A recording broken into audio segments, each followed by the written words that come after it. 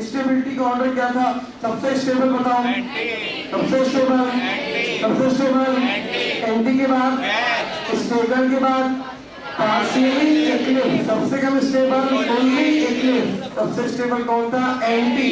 Anti के बाद सबसे स्टेबल कौन? एंटी। एंटी के बाद या तो बोल लो स्टेबल या तो बोल लो गैस, दोनों बातें सेम। सबसे स्टेबल कौन था? एंटी। एंटी के बाद गैस, गैस के बाद पार्शियली इक्लिप्स, सबसे अनस्टेबल ओनली इक्लिप्स। याद आ रहा है ना भैया? अच्छा, अगर कभी ऐसा हो जाए कि हाइड्रोजन बॉन्डिंग एग्जिस्ट कर जाए, क्या एग्जिस्ट कर जाए? हाइड्रोजन बॉन्डिंग, हमेशा हमेशा और हमेशा स्टेबल कौन? एंटी। कम स्टेबल कौन? गैस। लेकिन हाइड्रोजन बॉन्डिंग के आते ही कहानी पलट जाती है और ज्यादा स्टेबल हो जाता है गैस और कम स्टेबल हो जाता है anti. In the case of hydrogen bonding, in the case of hydrogen bonding. हाँ भैया ध्यान दो जरा, जैसे ये कंपाउंड है अपने पास,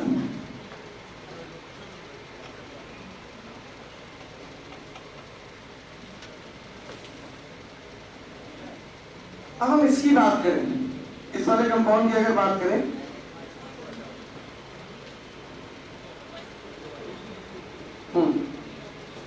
इस कंपाउंड की अपन बात करें तो CH2 सिंगल बॉन्ड CH2, यहाँ पे NH2 और यहाँ पे क्या? NH2।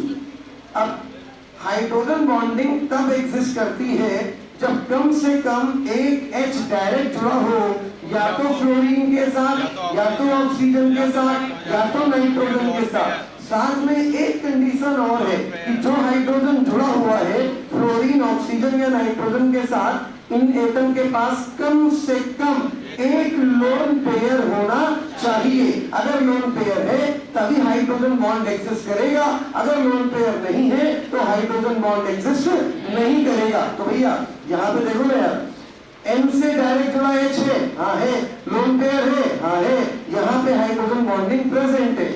और अगर यहाँ पे हाइड्रोजन बॉन्डिंग है तो इसका मतलब इस कंपाउंड का गैस फॉर्म ज्यादा स्टेबल होगा एंटी फॉर्म से। चलो इसका दोनों फॉर्म बना के देख लेते हैं एक बार। अभी ये बनाया, ये बनाया, कार्बन दो है, दो कार्बन बनाए, एक कार्बन ये गोले वाला और एक कार्बन ये डॉट वाला, ठीक है। इस कार्बन के पास 3 एटम, इस कार्बन के पास 3 लोग, कौन कौन? 2 हाइड्रोजन और एक कौन? NH2। तो भैया 2 हाइड्रोजन और एक कौन? NH2। इस वाले कार्बन के पास भी 3 लोग, अबे कौन कौन? 2 हाइड्रोजन और एक NH2। तो 2 हाइड्रोजन लगा दिया और एक क्या लगा दिया? NH2। अब दूसरी फॉर्म बनाने जा रहे हैं, जरा ध्यान देना। अब इसी की दूसरी फॉर्म, ये NH2, ये H, ये H, ये NH2 और ये H और ये H। अब जरा बताओ, ये पहले और दूसरे में एंटी फॉर्म कौन है? पहला या दूसरा? पहला या दूसरा? पक्का?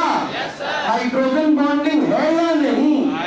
अगर है तो स्टेबल तुम बता दो, पहला या दूसरा?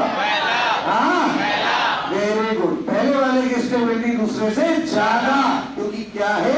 Hydrogen bond. अब NH2 पे H पॉजिटिव ने अटैक मारा, H पॉजिटिव ने अटैक मारा तो N के वैलेंस इलेक्ट्रॉन कितने होते हैं? N के वैलेंस इलेक्ट्रॉन 5। वैलेंस इलेक्ट्रॉन 5 थे, 1 2 3।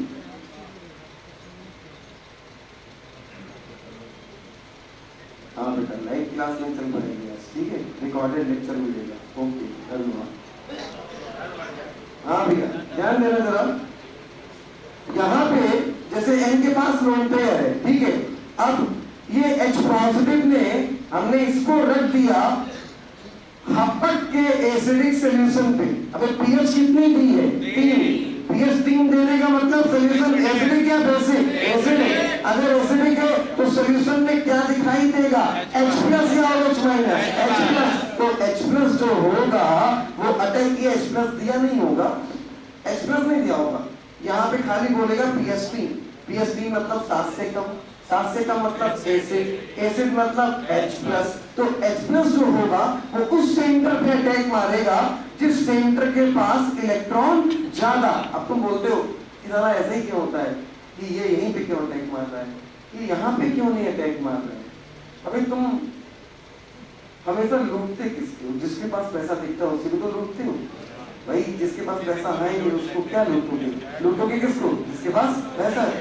तो अटैक किस पे मारो? जिसके पास पैसा है। तो भैया ये गरीब आदमी है, पॉजिटिव चार्ज है, तो अटैक किस पे मारेगा? जिसके पास पैसा है। अब पैसा यहाँ पे क्या है? Lone pair. लोन पेयर है तो अमीर, लोन पेयर नहीं है तो गरीब। तो यहाँ पे लोन पेयर दिखा तो या तो H प्लस यहाँ या तो यहाँ। अब दो अमीर लोग हैं, H प्लस एक तो होगा नहीं। H प्लस कितने होंगे? H प्लस उतने होंगे जितने आवोगाड्रो को दिखेंगे। आवोगाड्रो को कितने दिखते हुए? 6.023 10 to the power 23। मतलब हपक के होंगे। जहां जहां इलेक्ट्रॉन रिच होगा वहां वहां अटैक मारेगा। 2 इलेक्ट्रॉन रिच है 2 पे अटैक मारेगा। 72 इलेक्ट्रॉन रिच सेंटर है 72 पे अटैक मारेगा। या हजारों लाखों इलेक्ट्रॉन रिच सेंटर सब पे अटैक मारेगा, क्योंकि H प्लस की कमी नहीं है। वो हर जगह अटैक मारेगा जहां जहां पे इलेक्ट्रॉन रिच दिखेगा। तो 2 जगह इलेक्ट्रॉन रिच था, दोनों पे अटैक मारा। NH2 बदला किसमें? NH3। लेकिन जब ये गरीब इससे जुड़ेगा तो अपनी गरीबी भी तो इसको देगा। इसकी गरीबी क्या है? Positive charge. तो पॉजिटिव चार्ज देगा। NH3 के पास एक पॉजिटिव चार्ज आ जाएगा और NH3 बदल जाएगा NH3 पॉजिटिव में। किसमें बदल जाएगा? NH3 पॉजिटिव में। तो भैया ये बन गया NH3 पॉजिटिव, ये बन गया NH3 पॉजिटिव। अब बताना शुरू करना। N के वैलेंस इलेक्ट्रॉन बॉन्ड बनाने के 1 2 3 4। एक खा गया कौन? पॉजिटिव। अबे पॉजिटिव आएगा तो इलेक्ट्रॉन खाएगा ना, तो 5 से 5 इलेक्ट्रॉन खत्म। लोन पेयर है या नहीं है? नहीं है। हाइड्रोजन बॉन्डिंग खत्म। हाइड्रोजन बॉन्डिंग तभी होगी जब कम से कम एक H डायरेक्ट जुड़ा हो। कहां पे? या तो F या तो O या तो N के साथ, और इनके पास कम से कम एक क्या हो? Lone pair. तो भैया यहाँ पे लोन पेयर खत्म तो हाइड्रोजन बॉन्डिंग भी खत्म। अगर हाइड्रोजन बॉन्डिंग खत्म हो गई तो इस कंपाउंड में ज्यादा स्टेबल कौन? एंटी। कम स्टेबल कौन? क्या समझ में आ गया? अगर हाइड्रोजन बॉन्डिंग है तो ज्यादा स्टेबल कौन होगा? एंटी। और कम स्टेबल कौन होगा? सॉरी उल्टा बोल दिया। अगर हाइड्रोजन बॉन्डिंग है तो ज्यादा स्टेबल होगा गैस, कम स्टेबल होगा एंटी। अगर हाइड्रोजन बॉन्डिंग नहीं है तो ज्यादा स्टेबल होगा एंटी और कम स्टेबल होगा गैस। ऐसे बोल दिया जाए हमेशा हमेशा और हमेशा ज्यादा स्टेबल एंटी होगा कंपेयर टू गैस। तो एक केस में गैस ज्यादा स्टेबल हो जाएगा तब क्या आ जाएगी? Hydrogen bonding. चलो अगला एग्जाम्पल अपन देखते हैं क्या कहानी बता रहा है। क्या यहाँ पे घटना घटी? ये जो कंपाउंड है इस कंपाउंड में तो वही बात है यार, कन्फर्मेशन ऑफ साइक्लोहेक्सेन। भैया साइक्लोहेक्सेन में स्टेबिलिटी का ऑर्डर खाली ध्यान रखना है बस, ठीक है। ये सबसे स्टेबल चेयर, उसके बाद ट्विस्ट बोर्ड, उसके बाद बोर्ड, उसके बाद हाफ चेयर, ठीक है। सबसे स्टेबल भी कौन? सबसे अनस्टेबल भी कौन? भैया हाफ चेयर का मतलब चेयर मिली ही नहीं, समझे नहीं? दुनिया में लड़ाई किसकी चल रही? तुम किसकी लड़ाई कर रहे हो? तुम काहे की लड़ाई कर रहे हो? कुर्सी की। काहे की कुर्सी? एमबीबीएस सीट चाहिए, सीट चाहिए। जीएसएम में, केजीएमसी में क्या सीट मतलब कुर्सी, बैठने की जगह चाहिए। मेडिकल कॉलेज में तुम लड़ाई किसकी लड़ रहे हो? कुर्सी की। नेता लड़ाई किसकी लड़ रहे हैं? कुर्सी। हर आदमी किसकी लड़ रहा है? कुर्सी की। अब जिसको मिल गई तो सारा स्टेबल, और जिसको नहीं मिली वो जबरदस्ती लेता है। तो थोड़ा बिठा लो, थोड़ा तो बिठा लो, थोड़ा तो बिठा लो। तो अगर थोड़ा सा बैठा तो ना बैठ पाएगा भाई। अब बात समझो ना। अगर टेम्पो में जाते हो तो एक आदमी तो शुरुआत में इतना बैठ गया, अब आखिरी में जो आया वो ऐसे खड़ा है। अब जगह इतनी सी है बस में, टेम्पो में धीमे धीमे टिकाता है, धीमे धीमे थोड़ी कोशिश करता है कि चलो कुछ सहारा मिल जाए। तो वो स्टेबल नहीं, कैसा होता है? अनस्टेबल। अरे ये बताओ कुर्सी में पैर कितने होते हैं? 4। अब ये 2 पैर वाली कुर्सी स्टेबल होगी क्या? अबे हाफ चेयर हाईली अनस्टेबल। अबे हाफ चेयर क्या? खाली याद रखना है दिमाग में। यहाँ पे ये ड्राइंग नहीं याद रखनी है, ये ड्राइंग एग्जाम में नहीं आने वाली जो बनी है, क्योंकि तुम लोग ड्राइंग याद रख लेते हो, जो काम की बात है वो भूल जाते हो। काम की बात क्या है? सिर्फ और सिर्फ स्टेबिलिटी ऑर्डर याद रखना है और कुछ याद रखने की जरूरत नहीं है। हाँ मेरी बहन, ये बताओ कि एलिगन क्या होता है? एलिगन एने 8 10 15 हाँ एने ये बता रही Na2 Na4 PO3 का होल सही बताया। तो जब ये हार्डनेस एब्जॉर्ब करता है तो सोडियम बाहर वाले या अंदर वाले? कौन वाले? अंदर वाले, बाहर वाले नहीं। तुम बड़े नीरस बैठे हो मेरे भाई, मस्त रहो, बिंदास रहो यार, काहे नीरस होते हो? तुम छोड़ के चला गया क्या? छोड़ के चला गया तो और खुश हो, और मस्त रहो। हाँ ध्यान देना, सबसे स्टेबल कौन? चेयर। अब चेयर के दो पैर तोड़ तो सबसे अनस्टेबल भी कौन? चेयर। सबसे स्टेबल चेयर, सबसे कम स्टेबल हाफ चेयर। अच्छा, चेयर के बाद आ जाएगा ट्विस्ट बोर्ड, उसके बाद आ जाएगा बोर्ड, और ये दोनों को याद हो ही गए। तो स्टेबिलिटी ऑर्डर हपक के स्टेबल चेयर, हपक के अनस्टेबल हाफ चेयर, बीच में बचे दो लोग। कौन कौन? एक ट्विस्ट बोर्ड और एक बोर्ड। ज्यादा स्टेबल कौन? Twist board. कम स्टेबल कौन? बोर्ड। तो खाली ये दोनों याद करने हैं, ये तो याद हो ही गया यार, खाली ये दोनों याद करने हैं कि ट्विस्ट बोर्ड में और बोर्ड में ज्यादा स्टेबल कौन होता है? ट्विस्ट बोर्ड की स्टेबिलिटी बोर्ड से ज्यादा। चलो आगे बढ़ते हैं पेज नंबर 2 पे। Optical isomerism, optical isomerism. देखो भैया, ऑप्टिकल आइसोमेरिज्म की कहानी थोड़ा इसको बड़ा करिए बस।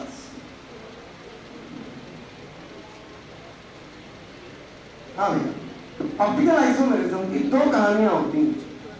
एक कहानी वो जो प्रैक्टिकली होती है, एक कहानी वो जो कॉपी पे लिखी जाती है। कॉपी पे देख के पहचानना और लैब में पहचानना, लेबोरेटरी में पहचानना कि हमारे पास कुछ सॉल्यूशन रखे हैं, इन सॉल्यूशन में से कौन सा सॉल्यूशन ऑप्टिकली एक्टिव होगा, कौन सा सॉल्यूशन ऑप्टिकल आइसोमेरिज्म शो करेगा। जो ऑप्टिकल आइसोमेरिज्म शो करेगा वो ऑप्टिकली एक्टिव माना जाएगा, और जो ऑप्टिकल आइसोमेरिज्म शो नहीं करेगा वो ऑप्टिकली एक्टिव नहीं माना जाएगा। कहने का मतलब, अगर कोई ऑप्टिकली एक्टिव है तो वो ऑप्टिकल आइसोमेरिज्म शो करेगा, या अगर कोई ऑप्टिकल आइसोमेरिज्म शो कर रहा है तो वो ऑप्टिकली एक्टिव है। अगर कोई ऑप्टिकली इनएक्टिव है मतलब ऑप्टिकल आइसोमेरिज्म शो नहीं कर रहा है, या घुमा के बोलो ऑप्टिकल आइसोमेरिज्म नहीं शो कर रहा है मतलब कैसा है? Optically inactive. अच्छा, हम कैसे पता करेंगे?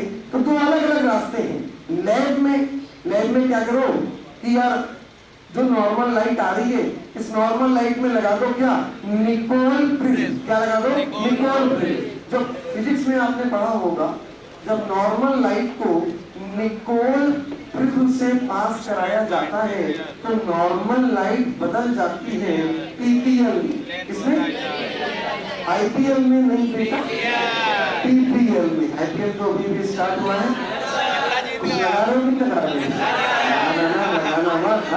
तो ये जो नॉर्मल लाइट है ये कन्वर्ट हो जाती है प्लेन पोलराइज लाइट में। ठीक है, अब प्लेन पोलराइज लाइट ये बन गई, मतलब लाइट अभी इधर इधर इधर इधर हर जगह भाग रही है। आपने निकोल प्रिज्म लगाया तो लाइट सब सीधी सीधी आती है, ऐसे एक ही डायरेक्शन में। इसको हम क्या बोलते हैं? Plane polarise light. इस लाइट को सॉल्यूशन से पास कराया। कौन सा सॉल्यूशन? अबे लैब में 15 20 75 सॉल्यूशन रखे थे, किसी भी एक को उठा लिया, यहाँ पे रख दिया और उस सॉल्यूशन से पीपीएल को पास कराया। पीपीएल बोले तो प्लेन पोलराइज लाइट।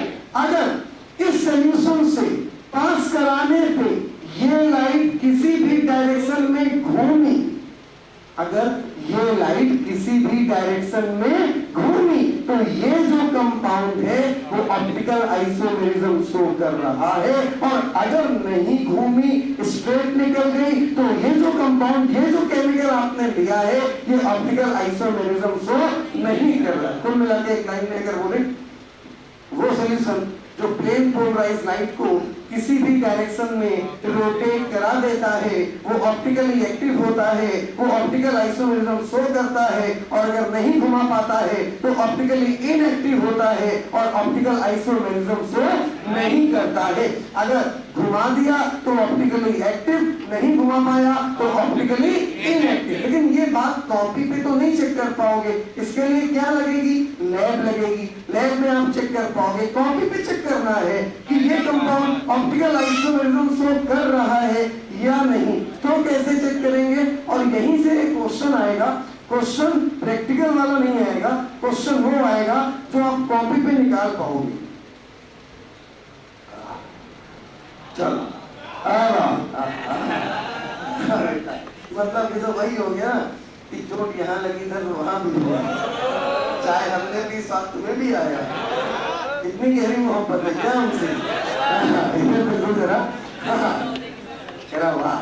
देखो ये जो कार्बन है, ये कार्बन, ये वाला कार्बन, ये कार्बन, और इस कार्बन के पास एक Cl, एक लगा है क्या? OH, एक बॉन्ड पे लगा है CH3 और एक बॉन्ड पे लगा है H। पहली कंडीशन, ऑप्टिकल आइसोमेरिज्म वो कंपाउंड शो करेंगे जिनके पास कम से कम एक कायरल कार्बन होगा। कायरल कार्बन का मतलब ऐसा कार्बन जिससे चारों वैलेंसी पे अलग अलग चेहरे जुड़े हो, उसको क्या बोलते हैं? Chiral carbon. Clark method, Clark method का रिएजेंट क्या? CaOH का होल ट्वाइस। Very good. ये परमानेंट हार्डनेस हटाने के काम आता है। ये स्टेटमेंट सही या गलत? ये जो क्लार्क रिएजेंट इसने बोला, इसका काम होता है परमानेंट हार्डनेस को हटाना। ये बात सही है या ये बात गलत है? टेम्परेरी हार्डनेस को हटाना। अच्छा, ये टेम्परेरी हार्डनेस किसकी वजह से होती है? Very good. बाइकार्बोनेट, मेरे या तुम्हारे? अच्छा, कैल्शियम और मैग्नीशियम। बाइकार्बोनेट किसके? कैल्शियम और मैग्नीशियम। चलो वापस आते हैं यहाँ।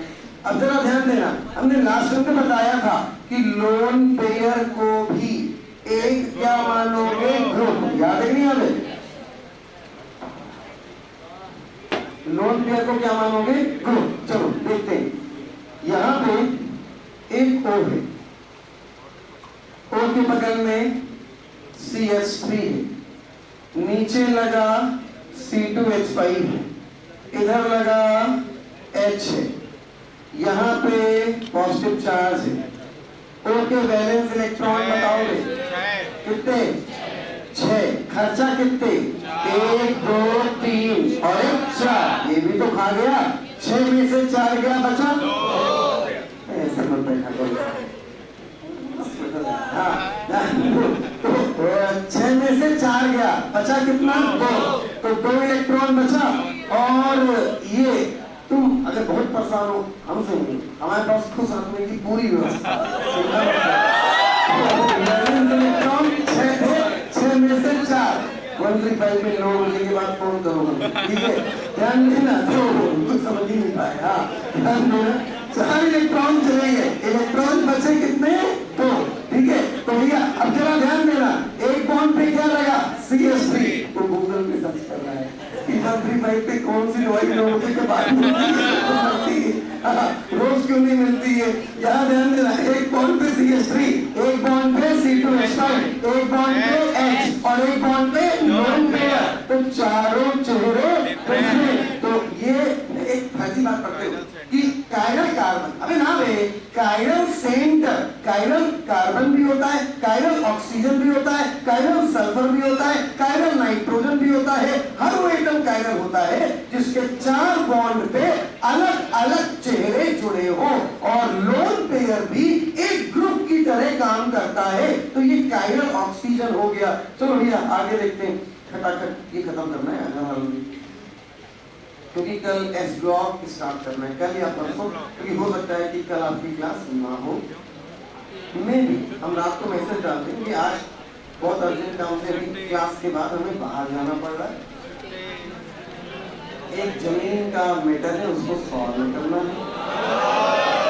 तो सर्कल में बाहर जाना है।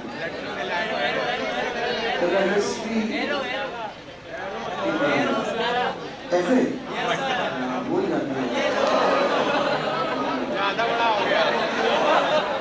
हाँ अब आ गया। हाँ भैया ध्यान देना।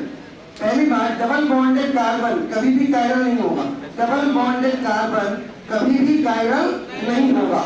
ये कार्बन डबल बॉन्डेड बेकार हुआ। इस कार्बन की बात करें, एक बॉन्ड पे बोलोगे, एक बॉन्ड पे CHO और एक बॉन्ड पे ये पूरा का पूरा। भैया इस बॉन्ड पे खाली कार्बन मत देखना, इस बॉन्ड पे कार्बन के साथ ये पूरा नीचे, ये पूरा का पूरा। तो भैया एक बॉन्ड पे H, एक पे OH, एक पे CHO और एक बॉन्ड पे ये पूरा कंपाउंड, चारों चेहरे अलग।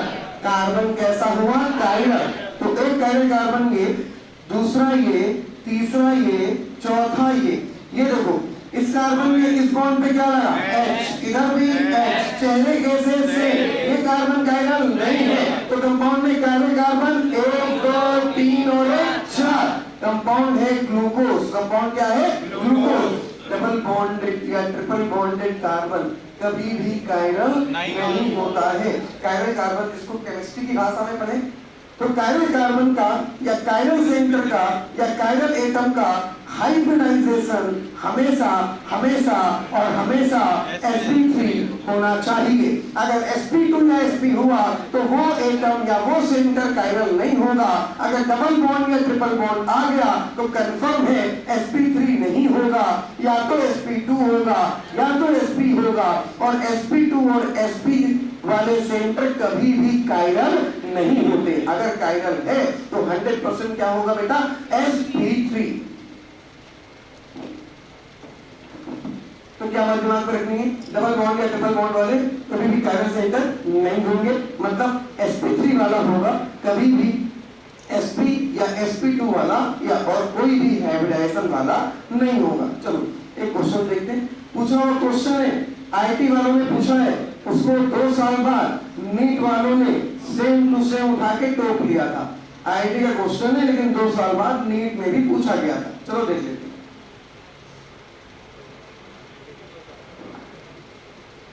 जितने भी लेटेस्ट आईटी मेंस के एग्जाम हुए इस साल, ठीक है, उसके क्वेश्चन लगा जरूर लेना। इस साल के जो लेटेस्ट एग्जाम हुए हैं ना, क्योंकि 3-4 एग्जाम होते हैं ना मेंस के इस मंथ में, तो वो पेपर एक बार, उसके क्वेश्चन एक बार देख के जरूर जाना। सेम टू सेम क्वेश्चन मिल जाते हैं, 5-7 क्वेश्चन बिल्कुल डिट्टो मिल जाते हैं same.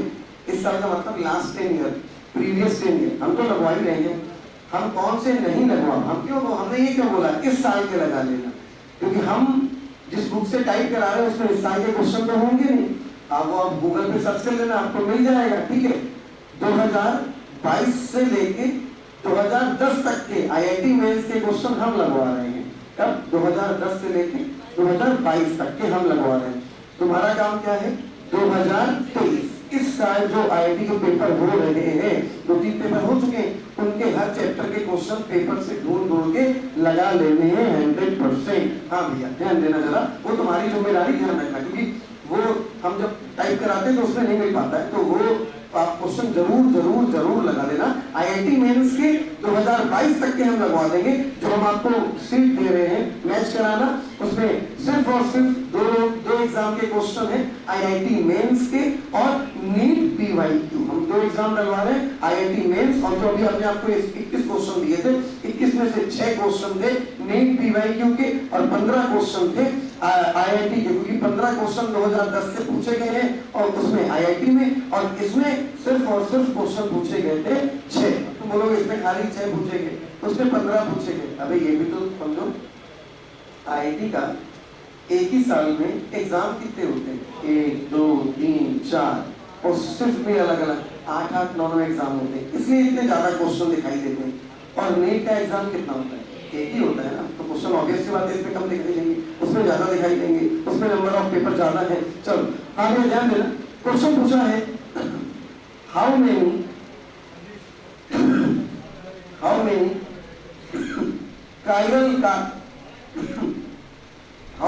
chiral carbon how many chiral carbon will be formed in monochlorination, इस पे अंडरलाइन करो, of 2-methyl butane। मोनोक्लोरिनेशन का मतलब होता है किसी भी कार्बन से एक H को हटा के उसकी जगह एक Cl लगाना। मोनोब्रोमिनेशन का मतलब होता है किसी भी कार्बन से एक H को हटा के एक Br लगाना।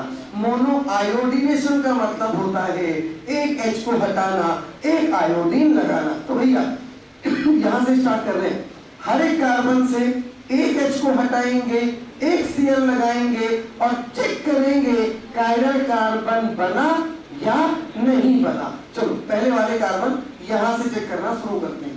तो यार बताओ H है कितने, हटाया कितना, एक H को हटा के एक Cl लगाया, क्या कायरल कार्बन बना? नहीं, क्योंकि CH2 है ना, तो H2, अरे यार मेरे भाई यहां से एक H को हटाओगे तो ये क्या बना? CH2, और एक H की जगह क्या लगाया? Cl, और यहाँ पे क्या? CH, और यहाँ पे क्या? CH3, और इधर क्या? CH2, और इधर क्या? CH2। तो यहां से एक H हटा के एक Cl लगाया तो, लेकिन क्या ये कार्बन कायरल हुआ? नहीं, क्योंकि दो वैलेंसी पे अभी भी सेम लोग हैं, लेकिन एक फायदा हुआ, सुनना, इस वाले बॉन्ड पे बताओ कौन है? CH3, इस वाले बॉन्ड पे C2H5, इस वाले बॉन्ड पे CH2Cl, और भैया ये कार्बन जो है, इस कार्बन के पास एक H है, तो एक बॉन्ड पे कौन है? H। देख के बताओ चारों चेहरे सेम या डिफरेंट? डिफरेंट, मतलब कार्बन कैसा? कायरल। मतलब क्या हुआ? अबे मोनोक्लोरिनेशन इसका किया, लेकिन ये कायरल नहीं हुआ। कायरल कौन हो गया? बगल वाला। क्यों? क्योंकि अभी तो दोनों पे CH3 था, एक H हटा के एक Cl लगाते ही ये क्या हो गया? CH2Cl, और ये क्या है? CH3। तो चारों चेहरे कैसे हो गए? डिफरेंट। तो ये कार्बन कैसा हो गया? कायरल।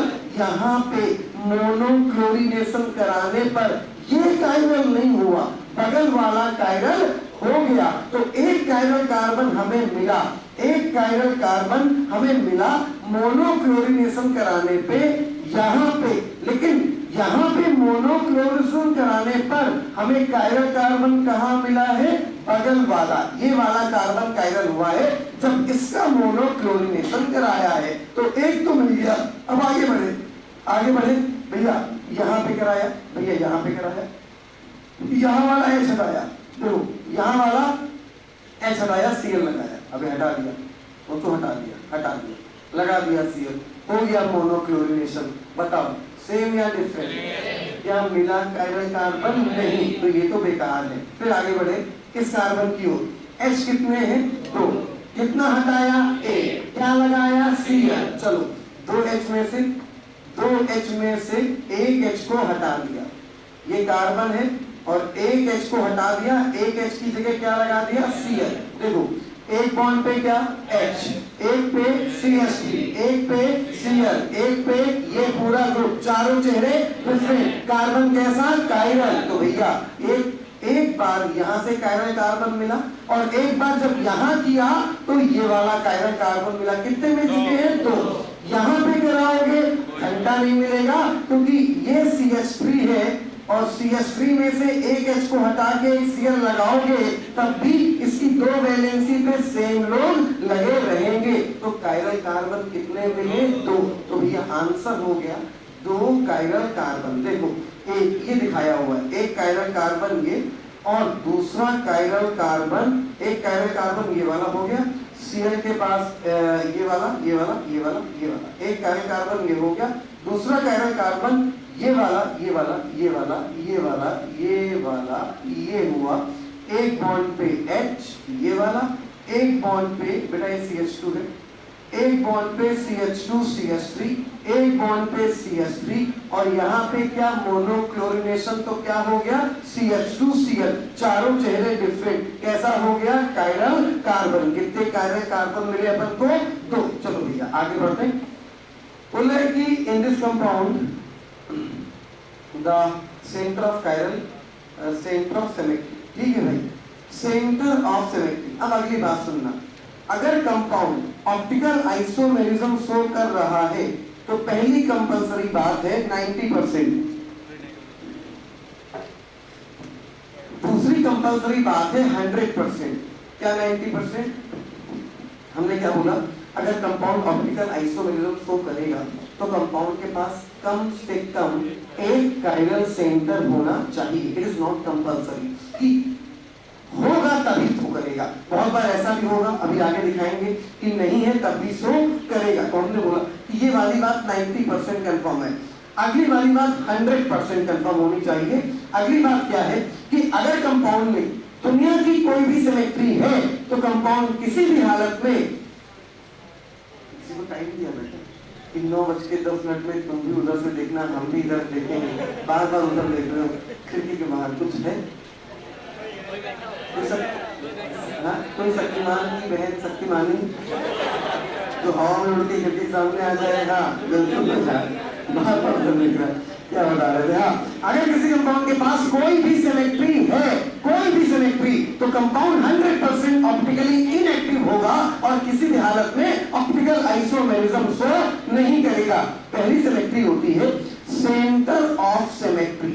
सेंटर ऑफ सिमेट्री का मतलब है जैसे हम किसी भी मिड पॉइंट से, जैसे भाई ये कॉपी है, ठीक, हमने इसका ये सेंटर लिया, ये बीच वाला सेंटर लिया, इससे हम इधर गए यहाँ पे, जो हमें यहाँ मिले ठीक वही हमें यहाँ मिले, मतलब बीच से जितनी डिस्टेंस ऊपर जाने पे जो एटम मिल रहा है उतनी ही डिस्टेंस नीचे आने पे, अपोजिट साइड पे आने पे वही एटम मिले, जो यहाँ मिला था वही यहाँ मिले।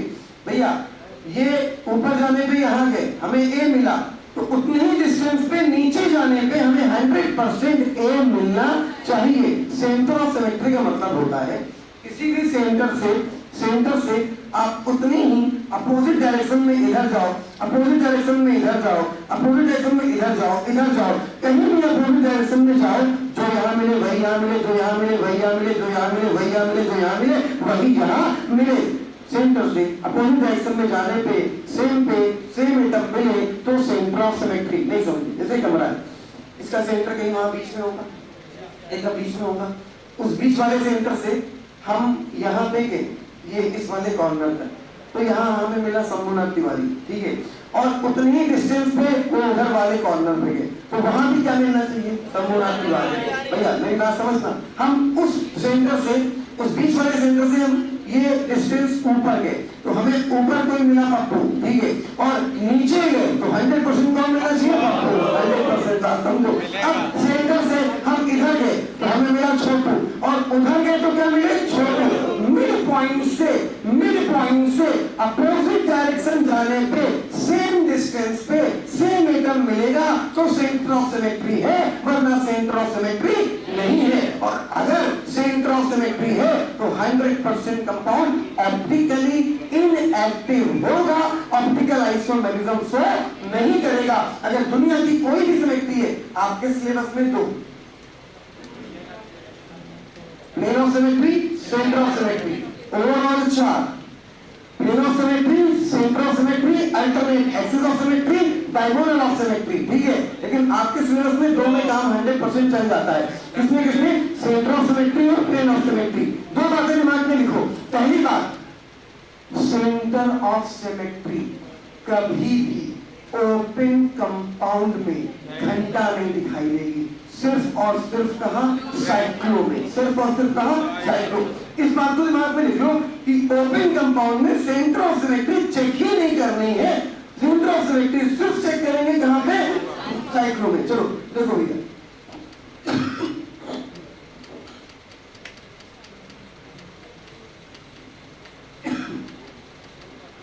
क्या बोल रहे हैं? अंडरलाइन कर ले। सेंटर ऑफ सिमेट्री हमेशा लिखा है, ये लग रहा था, हमेशा कहां? साइक्लिक कंपाउंड में देखी जाएगी। अभी बताया, सेंटर ऑफ सिमेट्री हमेशा कहां देखी जाएगी? साइक्लिक कंपाउंड में। कंपाउंड के सेंटर से अपोजिट डायरेक्शन में जाने पर उतनी ही डिस्टेंस पर अगर हर जगह सेम एटम मिलेंगे तो सेंटर ऑफ सिमेट्री होगी हर जगह। सेंटर से इधर गए सेम, सेंटर से ऊपर नीचे सेम, सेंटर से इधर सेम, सेंटर से इधर हर जगह सेंटर से अपोजिट डायरेक्शन जाने पे सेम एटम या मॉलिक्यूल मिलेगा तो सेंटर ऑफ सिमेट्री मानी जाएगी। थ्योरी से ज्यादा इंपॉर्टेंट बात होती है प्रैक्टिकल। थ्योरी लिखी है ये काम नहीं करना है, लेकिन करते हो। जब प्रैक्टिकली लाइफ बर्बाद हो जाती है तब मानते हो हाँ नहीं करना था, तब मानते हो हाँ नहीं करना था। तो थ्योरी से इंपॉर्टेंट क्या होता है प्रैक्टिकल। तो जब प्रैक्टिकली कंपाउंड को देख लेते हैं, क्योंकि थ्योरी तो इतने पल्ले ना पड़ती है जितना पल्ले प्रैक्टिकल पड़ता है। तो ये पेज नंबर कौन सा था भाई? हाँ ये लगाएगा, हाँ आ गया। चलो अब देखो जरा ये कंपाउंड है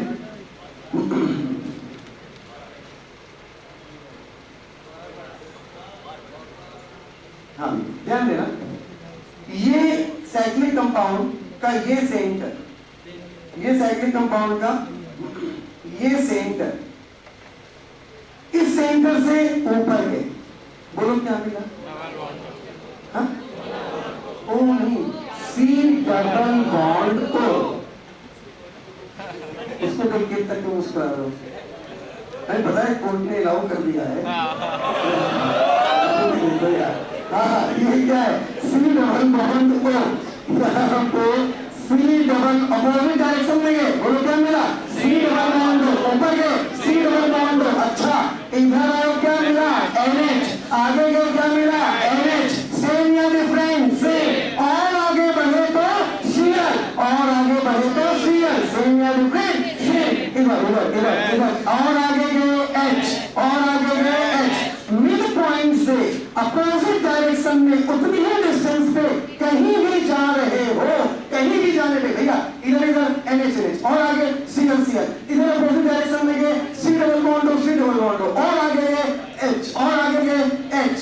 इधर जाओ इधर जाओ इधर जाओ, क्या मिला? कार्बन। इधर जाओ क्या मिला? कार्बन। सेंटर से कहीं भी अपोजिट डायरेक्शन में उतनी ही डिस्टेंस पे जाने पर क्या सेम एटम मिला? हाँ मिल रहा है। तो ये क्या हुई? Centre of symmetry. Compound optical isomerism show नहीं करेगा, कंपाउंड हुआ ऑप्टिकली इनएक्टिव। कैसा हुआ? इनएक्टिव। चलो भैया अब ये देखते हैं, ये सेंटर है, ये सेंटर है। आ जाओ क्या मिला? NH। आ जाओ क्या मिला? NH। बोलो क्या? C डबल बॉन्ड हो, C डबल बॉन्ड हो। अभी तक सही चल रहा था। NH के आगे गए Cl, यहाँ भी क्या मिलना चाहिए? Cl, लेकिन है क्या? H। क्या है सेंटर ऑफ सिमेट्री? नहीं, मतलब यहाँ पे सेंटर ऑफ सिमेट्री नहीं है। अगर नहीं है तो कंपाउंड ऑप्टिकली एक्टिव और शो करेगा ऑप्टिकल आइसोमेरिज्म। चलो सेंटर ऑफ सिमेट्री की बात करते हैं। प्लेन ऑफ सिमेट्री ये आसान होती है, ये दिक्कत करती, ये समझ में आ गई तो ये तो आई जाएगी। बस यही समझाने में टाइम लगेगा, बाकी तो फिर इसकी कहानी सिंपल है, कटाकट कहानी है, बाकी तो एग्जाम्पल है ये। हाँ आ जाओ भैया, plane of symmetry. Plane of symmetry क्या होती है?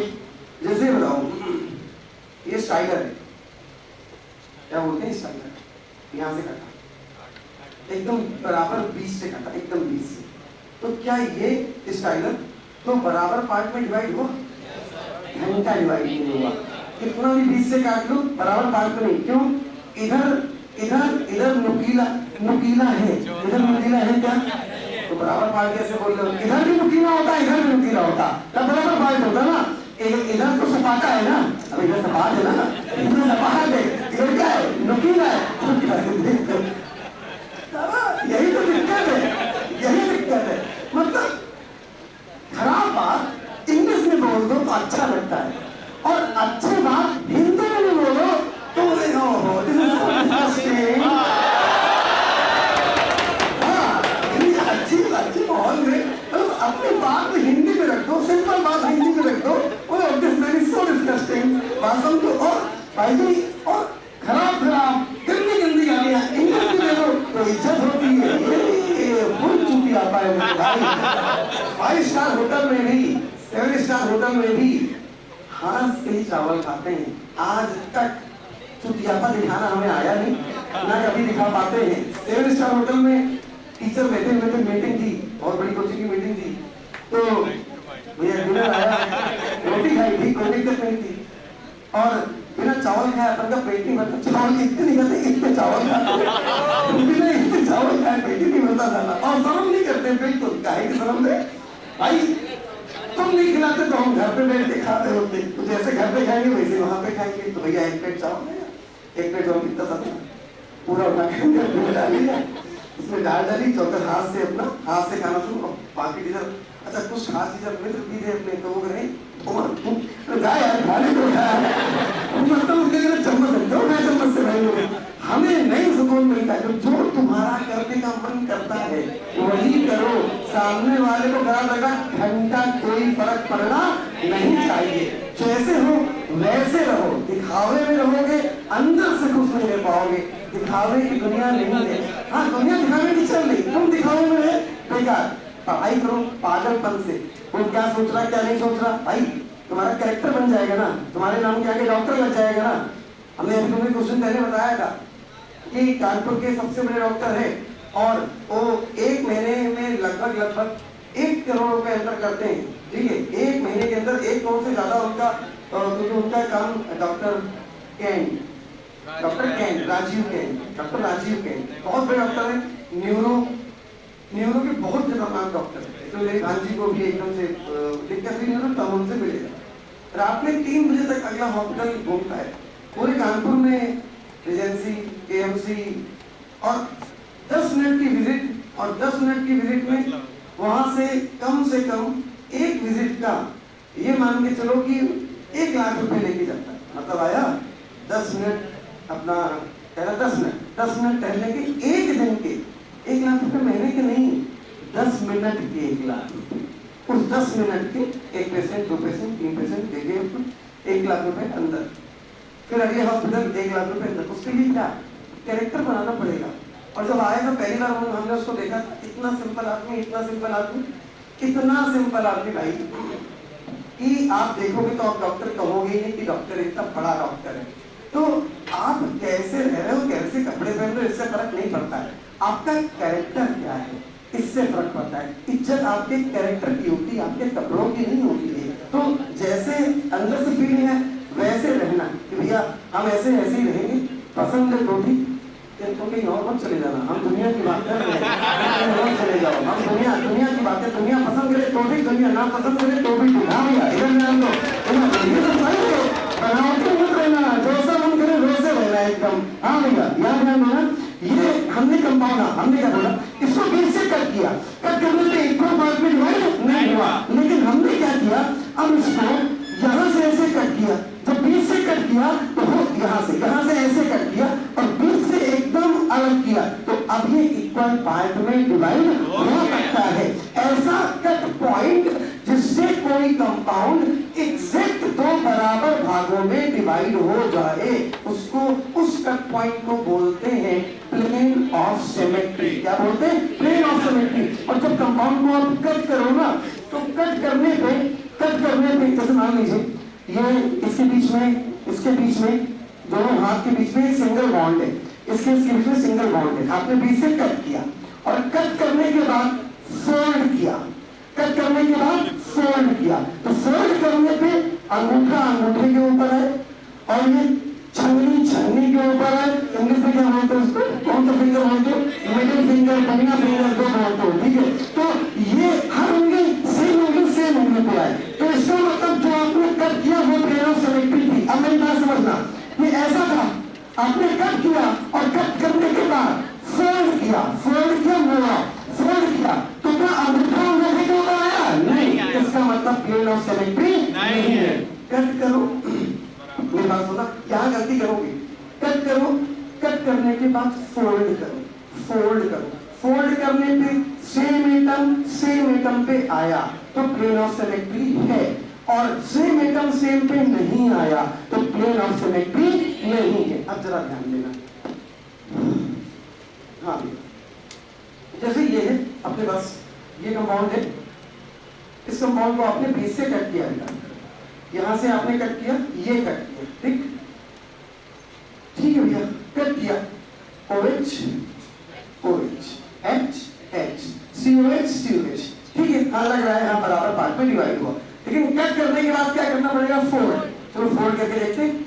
कट किया, कट करने के बाद फोल्ड किया, कट करने के बाद फोल्ड, तो OH के ऊपर OH, H के ऊपर H, COH के ऊपर COH। हाँ 100% प्लेन ऑफ सिमेट्री है। इधर आओ, ये हमने कट किया, यहाँ से कट किया, कट करने के बाद फोल्ड किया, Cl के ऊपर Cl, H के ऊपर H, CH3 के ऊपर CH3, क्या है, प्लेन ऑफ सिमेट्री। और अगर प्लेन ऑफ सिमेट्री है तो 100% कंपाउंड कैसा होगा, ऑप्टिकली इनएक्टिव, वो ऑप्टिकल आइसोमेरिज्म शो नहीं करेगा। इधर आओ भाई, इधर आओ, यहाँ से कट किया, यहाँ से कट किया, यहाँ से कट किया, कट करने के बाद फोल्ड किया, Cl के ऊपर Cl और Cl के ऊपर Cl। अभी जब कट करोगे इसको सोचो, ये ऐसे उठ रहा है, ये कट चुका है, ये ऐसे हम फोल्ड कर रहे हैं। जब फोल्ड करेंगे तो CHO के ऊपर CHO, Cl के ऊपर Cl, इस वाले Cl के ऊपर ये वाला Cl, H के ऊपर H, इस वाले H के ऊपर ये वाला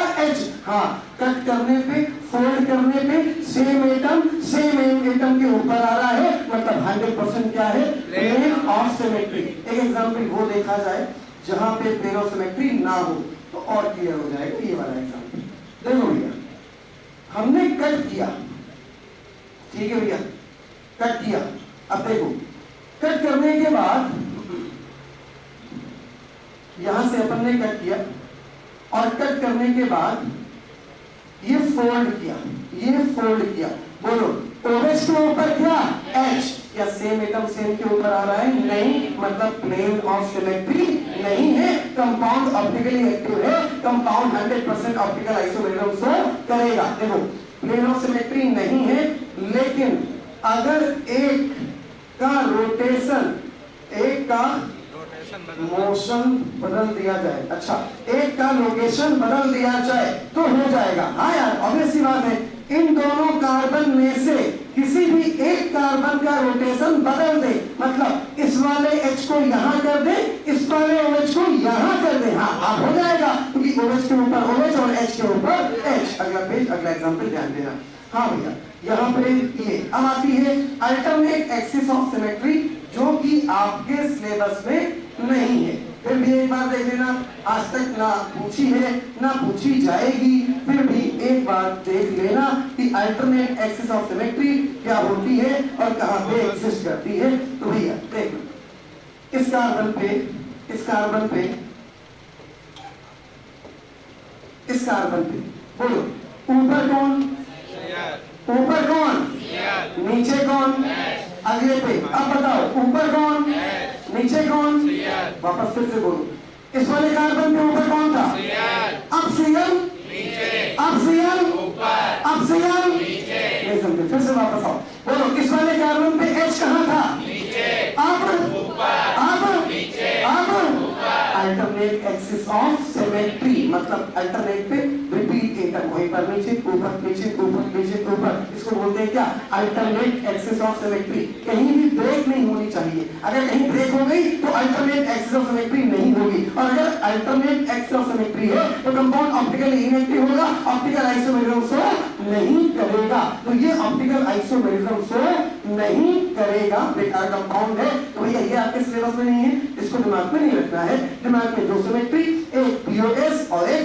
COS। अब आ जाते हैं R और S सिस्टम पे, ध्यान देना, R और S सिस्टम। ये कुछ लोग के एटॉमिक नंबर आपको याद होंगे, शुरुआत में बताया था तो ये मान के बताया था आपको याद नहीं थे, लेकिन अब आपको एटॉमिक नंबर तो याद ही होंगे। एटॉमिक नंबर याद होंगे तो दिक्कत नहीं होगी, जरा ध्यान देना। इसको निकालने के 3 रूल होते हैं। 3 रूल मतलब तीन तरीके होते हैं। जो तरीका आपको पहले से आता हो वही तरीका अपनाना। हाँ ध्यान देना। अब इसमें जब आप एटॉमिक नंबर देखोगे ना, इससे डायरेक्ट जुड़ा एटम, इससे डायरेक्ट जुड़ा एटम, इससे डायरेक्ट जुड़ा एटम, इससे डायरेक्ट जुड़ा एटम। जो डायरेक्ट जुड़ा एटम होगा उसका एटॉमिक नंबर देखोगे, जिसका एटॉमिक नंबर सबसे ज्यादा होगा उसको नंबर 1 दोगे, उससे कम को नंबर 2, उससे कम को नंबर 3, सबसे कम को नंबर 4। तो मान लिया यहाँ पे 1 है, यहाँ पे 2 है, और यहाँ पे 4 है और यहाँ पे 3 है। सिस्टम तब तक सही नहीं आएगा जब तक 4 नंबर वाला बॉटम पे नहीं होगा, जमीन पे नहीं होगा। 4 नंबर वाला बॉटम पे होना चाहिए तो आंसर एग्जैक्ट करेक्ट आएगा। एक्चुअल में क्या है ना, ये ROS निकालने का एक तरीका और है कि हमेशा ऐसे घुमाऊं और अगर ऐसा हो तो रोक के ऐसे घुमा दो। भाई मेरे बहुत बार इंटरचेंज करने का, इसको बॉटम पे लाने का, रीअरेंज कराने का पूछता है। तो जो तरीका बता रहे हैं बॉटम पे लाके उसी को दिमाग में रखना, क्या कि 4 नंबर वाला हर हाल में बॉटम पे होना चाहिए, जमीन पे होना चाहिए, तभी आंसर सही आएगा, वरना आंसर क्या आएगा, गलत। भैया अब है क्या, जैसे मान लो हाँ नहीं हमको नाम बताओ ना आसिफ, तो इसको मान लो एक दिन के लिए बोले आप जाओ, वो पिक्चर देखी अन्नी कपूर वाली, एक दिन का मुख्यमंत्री होता है, ऐसा कुछ होता नहीं है। एक दिन तो पिक्चर में दिखा दिया, मतलब फुल चुतियापा दिखाया है, ऐसा कभी जिंदगी में हो ही नहीं सकता है। 8 से 9 घंटे तो उस प्रोसेस में खत्म हो जाते हैं, साइन करने में खत्म हो जाते हैं। साइन कितने होते हैं तुम्हें ये भी नहीं पता होगा, जितना उन्होंने दिखा दिया। अभी 8 से 9 घंटे तो प्रोसेस में लग जाते हैं, लिखित प्रोसेस में। उसके बाद जो लिखित के बाद जो प्रैक्टिकल प्रोसेस होता है लमसम 17 से 18 घंटा लगता है। उन्होंने दिखा दिया कि साला 24 घंटे में एक आदमी ने पूरा का पूरा प्रदेश बदल दिया। क्या चुकी आता है। हाँ कैप्टन भी सुनो, अब इसको एक दिन के बना दिया जाए तो ये क्या करेगा, ये क्या चाहेगा। अच्छा हटाओ, मान लो हमें बना दिया जाए तो हम क्या चाहेंगे कि जितने अपने स्टूडेंट हैं भले वो घोड़ों का डॉक्टर ना बन पाए, मेरी बात समझो, लेकिन हम ये चाहेंगे जितने भी मेरे स्टूडेंट हो वो हर स्टूडेंट को मेडिकल कॉलेज गवर्नमेंट सीट से MBBS मिल जाए। तो हम जुगाड़ लगा के पहुंचा देंगे। अच्छा पहुंचा तो दिया, तो पहुंचाने के बाद वो क्या करेगा, अध्याय करेगा, बात समझो, क्योंकि वो बनने लायक नहीं था, उसको जबरदस्ती बना दिया। एक बात फिर सुनना भैया, तो प्रोसेस सही या गलत, गलत। किसी भी गरीब आदमी को, किसी भी गरीब आदमी को, एकदम छोटे आदमी को एकदम से टॉप पे बिठा दोगे तो सिस्टम क्या हो जाएगा, गलत। तो उसको उसकी औकात पे रहना चाहिए। तो जो 4 नंबर वाला है ना, जो सबसे गरीब है, वो जब तक जमीन पे नहीं रहेगा तब तक सिस्टम क्या आएगा, गलत। अगर 4 नंबर वाला जमीन पे है तो कोई दिक्कत नहीं है, आपको क्या करना है, 4 वाले को छुपाना है और सिस्टम को घुमाना है। क्यों छुपाना है, कभी कोई बिल पास होता है पार्लियामेंट में, क्योंकि हमसे कोई पूछता है, कोई तुमसे पूछता है, ऊपर अपना होता है, अधिकारी अपना नेता सिस्टम सेट करते हैं और बिल पास हो जाता है, हम लोग से कोई लेना देना नहीं है। तो सिस्टम को रोटेट कराने में कभी भी 4 नंबर वाला पार्टिसिपेट नहीं करता है। 4 नंबर मतलब सबसे गरीब कौन है, 4। तो सिस्टम को रोटेट कराने में 4 नंबर वाला पार्टिसिपेट नहीं करता है। अगर सिस्टम को घुमाना है तो 4 नंबर को छुपा दो, छुपा दिया। अब घूम जाओ 1 से 2 से 3, तो भैया देखो 1 के बाद 2, 4 को नहीं देखना है, 4 से कोई मतलब नहीं, 4 को हटा दिया। अब 1 से 2 से 3, बोलो क्लॉक या एंटी क्लॉक, क्लॉक। अगर क्लॉक वाइज है तो R, अगर एंटी क्लॉक है तो S। 4 नंबर वाले को छुपाएंगे और 1 से 2 से 3 घुमाएंगे। अगर क्लॉक वाइज है तो R, अगर एंटी क्लॉक है तो S। अब मेरी बात समझना, मान लो ऐसा हो गया भैया, मान लो ऐसा हो गया 4 नंबर, ये 1 नंबर, ये 2 नंबर, ये 3 नंबर। 4 नंबर वाला ये बताओ, क्या उसको जहां रहना चाहिए क्या वो वहां है, नहीं, तो उसको उसकी औकात पे लाना पड़ेगा, वहां पे लाना पड़ेगा। तो वहां पे लाने के लिए लगाना पड़ेगा कंटाप रूट। क्या लगाना पड़ेगा, कंटाप। लेकिन कंटाप मारने का तरीका सही होना चाहिए। कंटाप ऐसे मारा तो ऊपर पहुंच जाएगा, कंटाप ऐसे मारा तभी नीचे आएगा। इसको नीचे लाना हर हालत में। तो भैया बिना ऊपर वाले को टच करे, ऊपर वाले को कोई टच नहीं कर सकता, बिना ऊपर वाले को टच करे। इसको कंटाप मारा, 4 वाला आया 3 पे, 3 वाला गया 1 पे, 1 वाला आया 4 पे।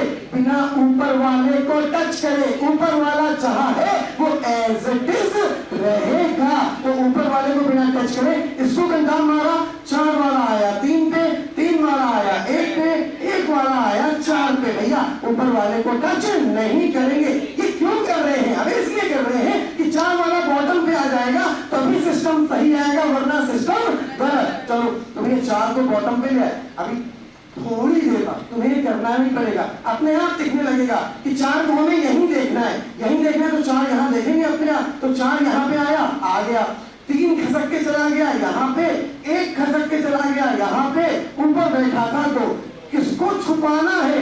4 को। कहां से कहां चलना है? 1 से 2 से 3, तो 1 से 2 से 3, वो क्लॉक क्या एंटी क्लॉक? Anti clock.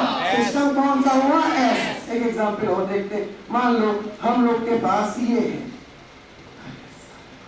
है और यहाँ पे ये है तुम्हारा 4, ये है तुम्हारा 1, ये है तुम्हारा 2 और ये हो गया 3। बोलो भैया 4 वाला अपनी औकात पे है क्या? नहीं है। लाना पड़ेगा? हाँ, बिना ऊपर वाले को टच करे, कंट्रोल मारा, नीचे आया, 4 वाला 3 पे, 3 वाला 1 पे, 1 वाला 4 पे, तो भैया ये क्या बना? ये बना कुछ ऐसा, यहाँ पे 4 वाला ये आ गया यहाँ पे, 4 वाला ये आ गया यहाँ पे, 3 वाला ये चला गया यहाँ पे, 1 वाला आ गया यहाँ पे, ऊपर बैठा कितना? 2। अबे 4 आया ये, 3 आया ये, 4 आया यहाँ पे, 3 आया यहाँ पे, 1 आया यहाँ पे। अब देखो 4 वाले को छुपाओ और कहां से कहां चल दो?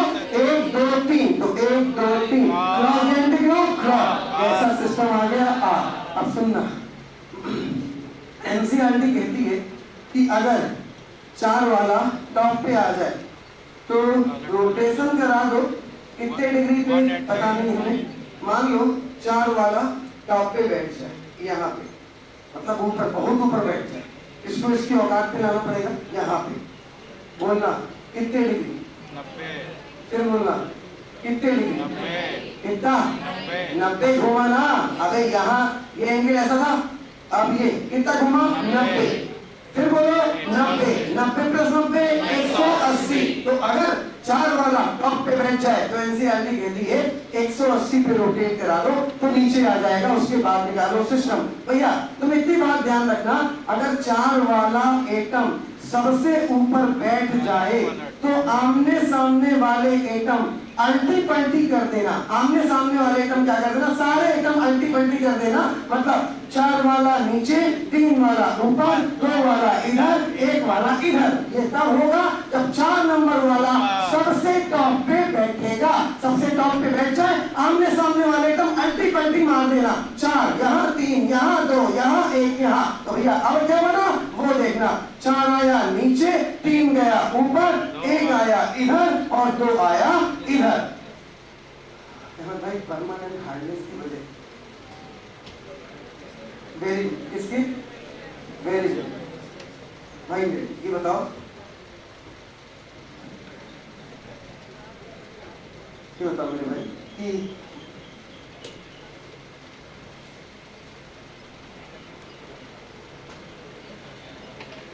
H2O2 बनाना है, एक मेथड बता दो H2O2 बनाने का, बताओ H2O2 बनाने की एक रिएक्शन कोई भी मन करे मुझको बता दो।